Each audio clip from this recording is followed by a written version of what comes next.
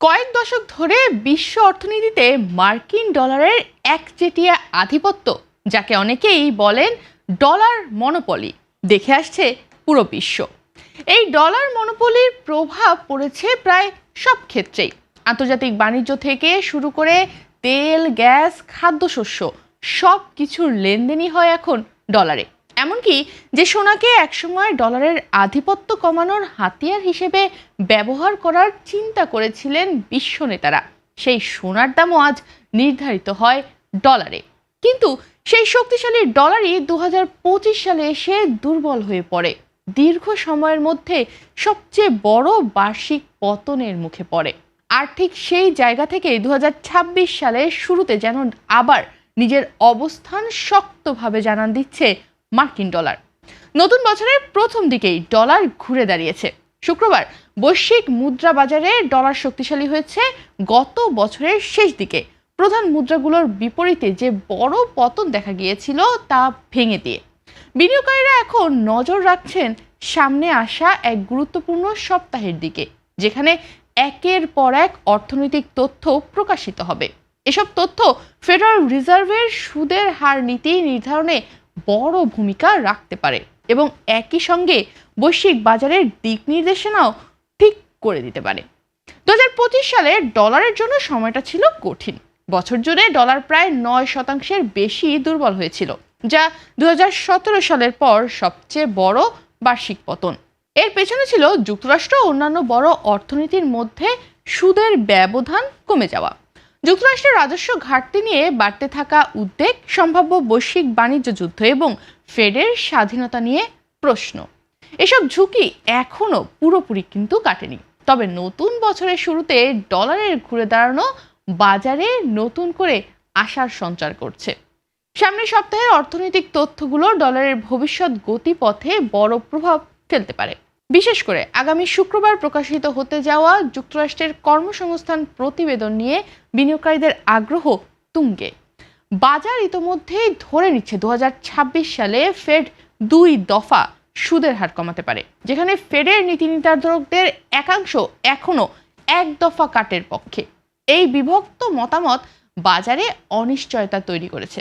আর বিশ্লেষকদের মতে সাম্প্রতিক দীর্ঘ সরকারি শাটডাউনের কারণে অনেক অর্থনৈতিক তথ্য সংগ্রহ ও বিশ্লেষণ ব্যাহত হয়েছে, ফলে ডেটার নির্ভুলতা নিয়েও এখন প্রশ্ন উঠছে।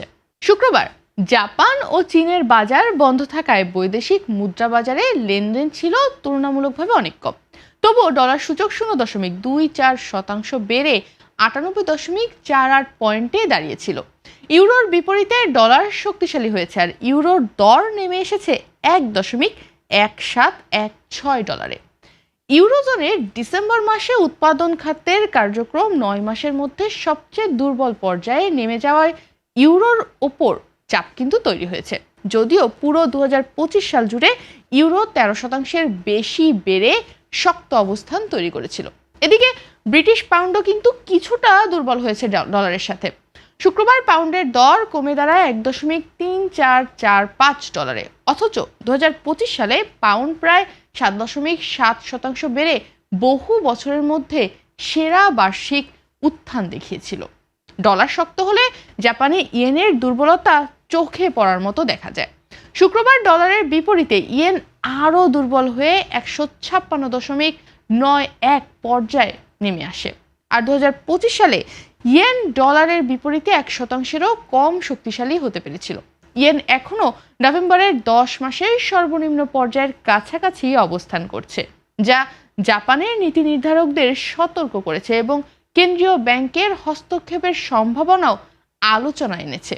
যদিও গত বছর মানে 2025 সালে ব্যাংক অফ জাপান 2 দফা সুদের হার বাড়িয়েছিল, বিনিয়োগকারীরা আরও কড়াকড়ি পদক্ষেপ আশা করায় ইয়েন তেমন একটা সমর্থন পায়নি।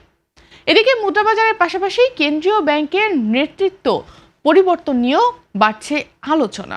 বর্তমান ফেড চেয়ারম্যান জেরোম পাওয়েলের মেয়াদ প্রায় শেষ হচ্ছে মে মাসে। প্রেসিডেন্ট ডোনাল্ড ট্রাম্প জানিয়েছেন তিনি চলতি মাসেই নতুন ফেড চেয়ারম্যানের নাম ঘোষণা করবেন। বাজারের ধারণা ট্রাম্পের পছন্দ এমন কেউ হতে পারে যিনি দ্রুত ও বড় পরিসরে সুদের হার কমানোর পক্ষে থাকবেন। ফেডের স্বাধীনতা নিয়ে এই অনিশ্চয়তা 2026 সাল জুড়ে ডলারের গতিপথে প্রভাব ফেলতে পারে, বিশ্লেষকরা মনে করছেন এমনটাই।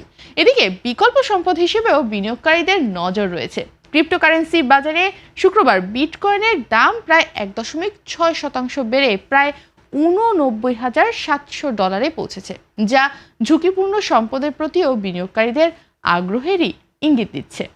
সব মিলিয়ে বলা যায় 2025 সালে বড় ধাক্কা খাওয়ার পর 2026 সালের শুরুতে ডলার আবার শক্ত অবস্থান নেওয়ার চেষ্টা করছে। তবে এই শক্তি কতটা স্থায়ী হবে তা নির্ভর করবে আসন্ন অর্থনৈতিক তথ্য, ফেডের সুদের হার সিদ্ধান্ত এবং যুক্তরাষ্ট্রের কেন্দ্রীয় ব্যাংকের নেতৃত্ব পরিবর্তনের মতো গুরুত্বপূর্ণ ঘটনাগুলোর উপর।